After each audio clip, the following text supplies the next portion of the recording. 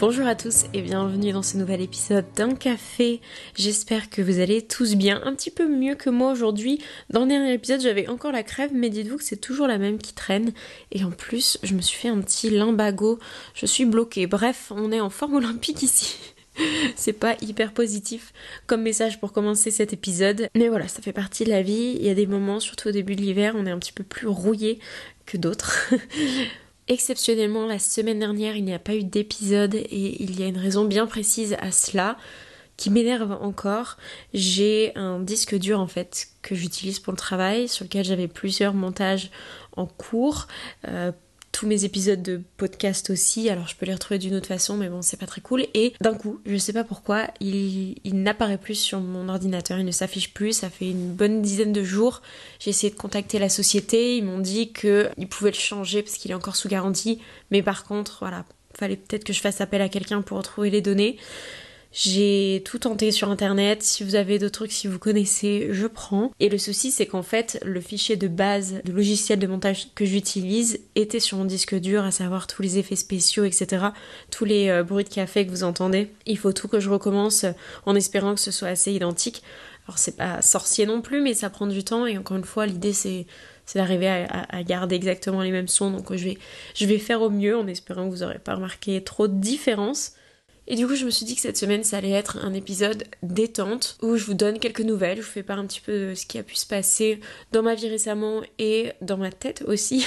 Vous savez qu'il s'y passe beaucoup trop de choses et j'ai eu pas mal de réflexions notamment par rapport à la confiance en soi. Je sais que j'en parle régulièrement, j'ai fait un épisode à ce sujet-là d'ailleurs il y a pas longtemps et j'ai un petit peu galéré ces derniers temps, d'où mon envie justement de vous faire part un peu du processus par lequel je suis passée parce que pour une fois j'ai réussi à éviter même de rentrer dans ce cercle vicieux où en fait je me descends un peu la spirale de la descente vers le bas et du coup je voulais vous en faire part.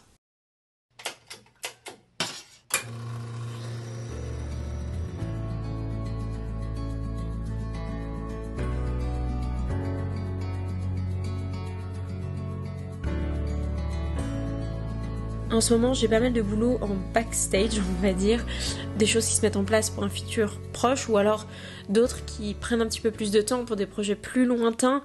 Mais c'est plutôt cool cet hiver, comme je vous ai dit, je pars à la montagne et je suis en train de voir pour bosser un petit peu aussi dans un café parce que j'ai envie d'avoir une expérience dans ce domaine-là. C'est un bon moyen aussi de rencontrer des gens, faire quelques heures par semaine. Ça peut être cool justement, surtout que là où j'irai sûrement travailler, c'est un endroit où il y a peu de français et beaucoup d'anglo-saxons et vous savez qu'il n'y a rien qui me rend plus heureuse que de parler anglais. Du coup, café, parler anglais, à la montagne, que demande le peuple? Donc ouais, tout ça se met en place. J'ai prévu aussi un déplacement à Montpellier ce week-end, ce samedi, et mi-décembre, j'ai prévu d'aller à Paris. D'ailleurs, si certains d'entre vous sont intéressés pour prendre un rendez-vous avec moi, avec votre chien, n'hésitez pas à m'envoyer un message rapidement puisque j'ai quasiment plus de créneaux. Il me reste que 1 ou 2 places, il faut que je vérifie le lundi, donc si ça vous intéresse, vous pouvez m'écrire. On se fait un week-end entre sœurs et on va aller faire l'exposition Friends. Je sais pas si vous en avez entendu parler, si vous aimez Friends. J'ai découvert cette série l'année dernière grâce à ma belle-sœur et j'adore et je comprends à quel point c'est une zone de confort pour autant de personnes parce que c'est devenu une zone de confort pour moi aussi. Ma sœur est tombée dedans aussi et du coup on s'est dit qu'on allait faire cette exposition. En gros, c'est un endroit où ils vont recréer les décors les plus connus de Friends justement, donc l'appartement de Monica, le Central Perk, etc. Je pense que ça va être bien cool. Je suis contente d'aller à Paris. Un petit peu d'appréhension parce que Paris est assez anxiogène pour moi d'une manière générale, mais bon, je suis pas toute seule, ça va bien se passer. Après, ce sera les fêtes sur Lyon et à partir de janvier, on sera à la montagne. J'ai bien hâte d'y être. Jeep, bien sûr, ne sait pas du tout ce qui va se passer. Il ne sait pas qu'il va passer 4 mois dans la neige, mais je pense que ça va être le plus heureux. Et voilà, pour les prochains déplacements, le week-end dernier, on était à Francfort, en Allemagne. C'était un week-end pour aller voir des membres de notre famille. Et ça m'a fait très plaisir d'y retourner parce que j'y habitais près de 3 mois lors d'un stage en 2013. Donc ça remonte. Mais du coup, j'avais l'impression de faire un petit peu une sorte de pèlerinage puisque je suis retournée à certains endroits où j'avais l'habitude d'aller justement. J'ai pu voir un petit peu l'évolution de la ville aussi. On est resté dans un hôtel et j'adore les hôtels. Je sais pas pourquoi, j'adore dormir à l'hôtel. On n'y va pas très souvent en soi, mais quand on en a l'occasion, je sais pas, j'adore ça. Et justement pour faire le lien avec ce dont je parlais tout à l'heure, la confiance en soi, il y a 2 matins où je me suis réveillée avec un manque de confiance en moi, enfin un manque, dans un état d'esprit où j'étais en train de me descendre en me disant mais regarde, t'as pas réussi à faire ci, ça, etc. Et vraiment j'arrivais pas à me sortir de ce cercle vicieux là. Enfin j'aurais pu me laisser embarquer et j'ai réussi en faisant une espèce de travail interne, une espèce de coaching interne, je m'imaginais, ça fait un peu folle, mais il y avait mon moi qui essayait d'avancer, et puis j'avais un petit coach interne qui était là, vas-y. Mais j'essayais de m'accrocher en fait à de petites choses qui pouvaient m'aider justement à ne pas tomber.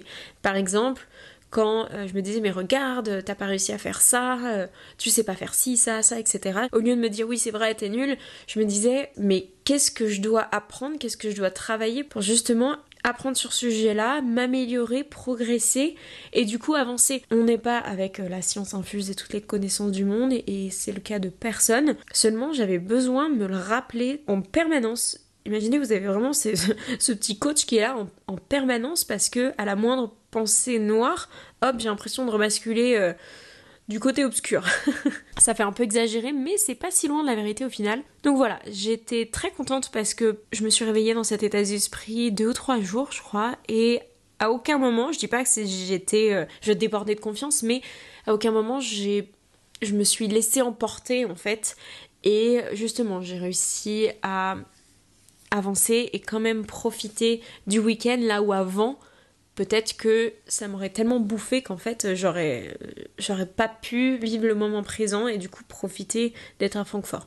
J'essaye aussi, et ça c'est toujours en cours on va dire, de travailler sur le côté physique, les douleurs en général, les mots MAUX, parce que vous savez, mon anxiété se traduit pas mal par la santé, en fait. Dès que j'ai mal quelque part ou j'ai une sensation un peu bizarre, ça fait vraiment le petit vélo qui tombe dans ma tête en faisant des kilomètres et ça ne s'arrête plus. Et dès que je règle un problème, hop, j'ai l'impression d'en avoir un autre qui arrive. Et ça, c'est assez récurrent dans ma vie en général.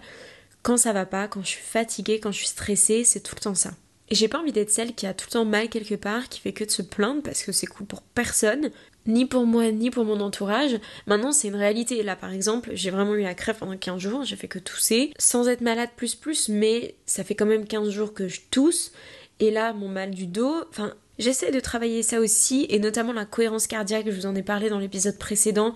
Si vous connaissez pas et si vous souffrez d'angoisse, je vous invite fortement à aller écouter l'épisode. Je prends vraiment conscience à quel point je respire mal et surtout quel effet ça a sur moi. De plus en plus, je conscientise justement ma respiration et je fais de la cohérence cardiaque. Donc ça, c'est plutôt cool par rapport à l'épisode il y a 2 semaines où j'ai vraiment réussi à prendre conscience de ça et le mettre en pratique dans mon quotidien. Mais le côté physique, c'est toujours en cours, c'est toujours un processus interne aussi dans lequel je suis.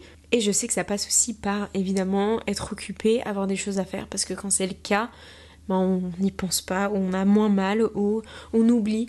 Je me souviens, quand j'avais vraiment de grosses angoisses, il y a 1 an et demi, 1 an, quelque chose comme ça. Il y a une période où j'en avais le soir au moment où mon copain partait travailler au restaurant. Il partait vers 18h et 17h50, paf, il y a tout qui montait, tous les symptômes qui se mettaient en route, comme vraiment une horloge, quoi. J'étais réglée, pour le coup, incroyable. Et si je restais à l'intérieur, ça faisait que augmenter.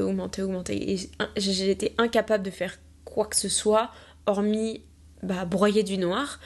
Et je me rendais compte que dès que je sortais, tout s'évaporait, tout partait. Et dès que je rentrais, ça revenait. Donc c'est bien qu'il y a évidemment une énorme partie psychologique. Le corps et l'esprit sont liés, et ça j'en ai parlé plusieurs fois, et je pense que c'est super important d'en avoir conscience, ou du moins d'envisager cette solution. Si vous avez souvent, pareil, des maux physiques, ou si vous vous sentez mal, quel effet ça peut avoir sur votre corps, quelles conséquences ça peut avoir sur vos maux en fait, en général.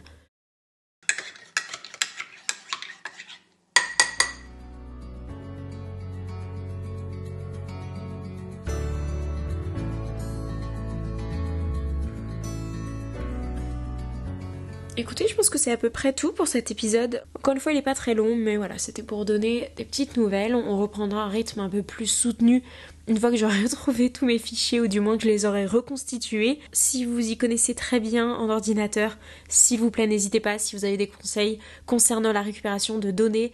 Mon disque dur est un SanDisk SSD et j'ai un MacBook Pro. Voilà, je lance ces informations, une bouteille à la mer en espérant que quelqu'un puisse m'aider. Je m'accroche aussi. Vous connaissez une société de récupération de données qui est fiable, qui est sûre, n'hésitez pas non plus à me le partager, ce sera avec plaisir que je vous lirai. Merci beaucoup d'avoir écouté cet épisode, je vous souhaite une très belle semaine et prenez soin de vous.